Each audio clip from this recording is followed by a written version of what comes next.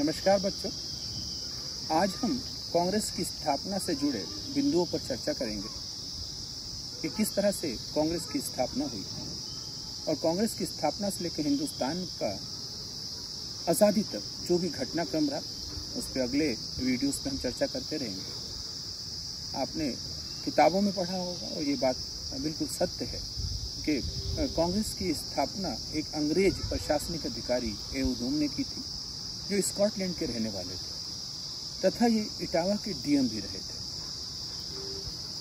अब यहाँ पर एक प्रश्न उठना लाजमी है जो ये स्पष्ट कर देगा कि कांग्रेस की स्थापना के पीछे अंग्रेजों का मंतव्य क्या था। ये प्रश्न आपके जहन में जरूर उठना चाहिए। क्या कभी भी कोई अंग्रेज किसी ऐसे संगठन की स्थापना करेगा जो हिंदुस्तान को आज़ादी दिलवा दे? हिंदुस्तान की आज़ादी में कांग्रेस की एक महत्वपूर्ण भूमिका रही और पूरी 1947 की आज़ादी तक कांग्रेस एक मुख्य भूमिका में रहा है। परंतु ये प्रश्न लाजमी है, कभी भी कोई अंग्रेज किसी ऐसे संगठन की स्थापना नहीं करेगा जो हिंदुस्तान को आज़ादी दिला। इससे ये प्रश्न स्वाभाविक रूप से उठता है कि जब कांग्रेस की स्थापना हुई तब अंग्रेजों का उद्देश्य, मंतव्य, विचारधारा हिंदुस्तान की आज़ादी नहीं रहा होगा। इससे इतर कुछ रहा होगा।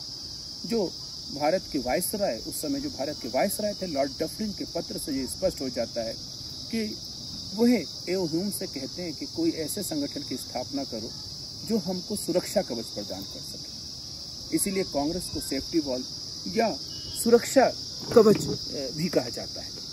किस रूप में सुरक्षा कवच?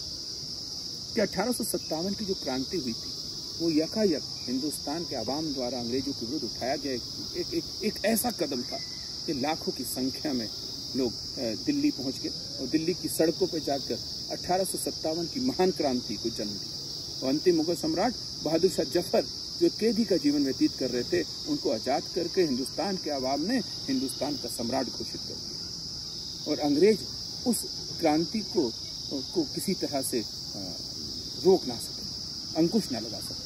पुनः फिर से ऐसी पुनरावृत्ति ना हो, इस बात को नजर में रखते हुए जब इन्होंने देखा अंग्रेजों ने कि राष्ट्रवादी ताकतें फिर से सक्रिय हो रही हैं, 1857 के बाद पुनः 1885 में फिर से कुछ ऐसा माहौल बन रहा है, तब लॉर्ड डफरिन ने कहा कि एक ऐसा संगठन बनाया जाए जो हमें सुरक्षा कवच दे, जो सेफ्टी वाली। इस तरह से बच्चों कांग्रेस की स्थापना हुई और जिसका श्रेय अंग्रेज प्रशासनिक अधिकारी, ना कि सैनिक अधिकारी, याद रखेंगे इस बात को, जो जाता है वो एओ ह्यूम को जाता है।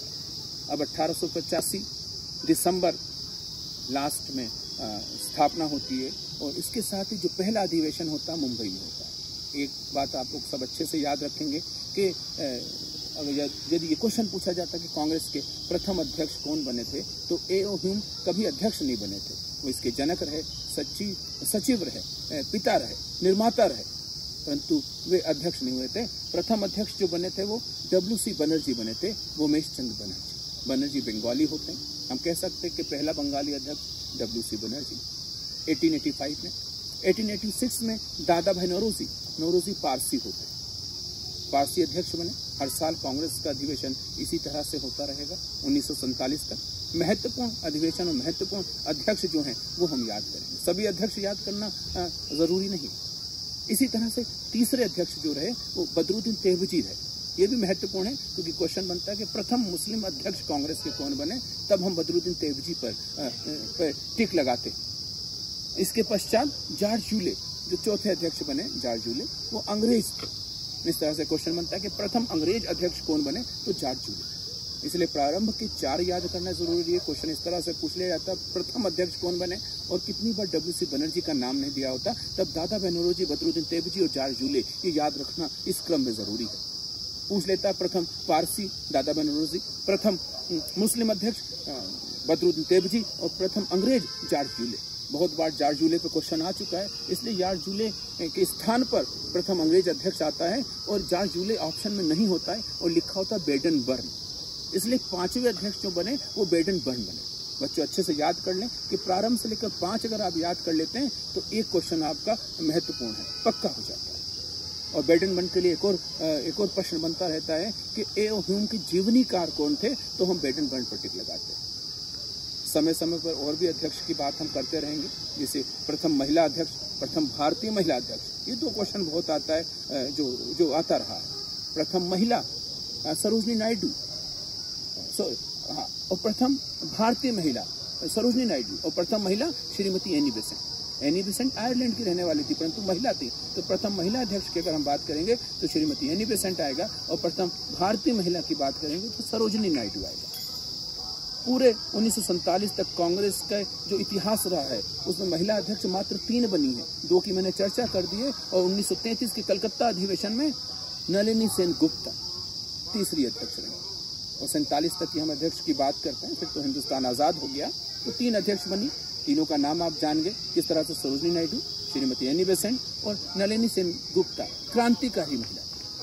तो इस तरह से कांग्रेस का प्रारंभ होता है और 1947 तक घटनाक्रम चलता है। हर साल कांग्रेस का अधिवेशन होता है।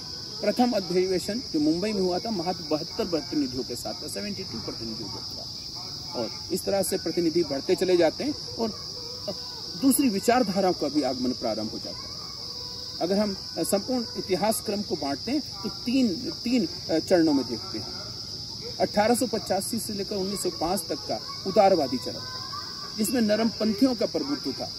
1905 से लेकर 1920 तक क्रांतिकारियों का युग कहा जाता है, अतिवादियों का युग कहा जाता है, एक्सट्रीमिस्ट की बात करते हैं। प्रथम 1885 से 1905 तक मॉडरेट, 1905 से लेकर 1920 तक एक्सट्रीमिस्ट, और 1920 से लेकर 1947 तक का जो घटनाक्रम रहा उस पूरे युग को हम गांधीवादी युग कहते हैं। इस तरह से ये कांग्रेस की स्थापना का इतिहास था। बहुत से जुड़े हुए मुद्दे हैं जिसकी हम चर्चा अगले लेक्चर में करेंगे। तब तक के लिए नमस्कार।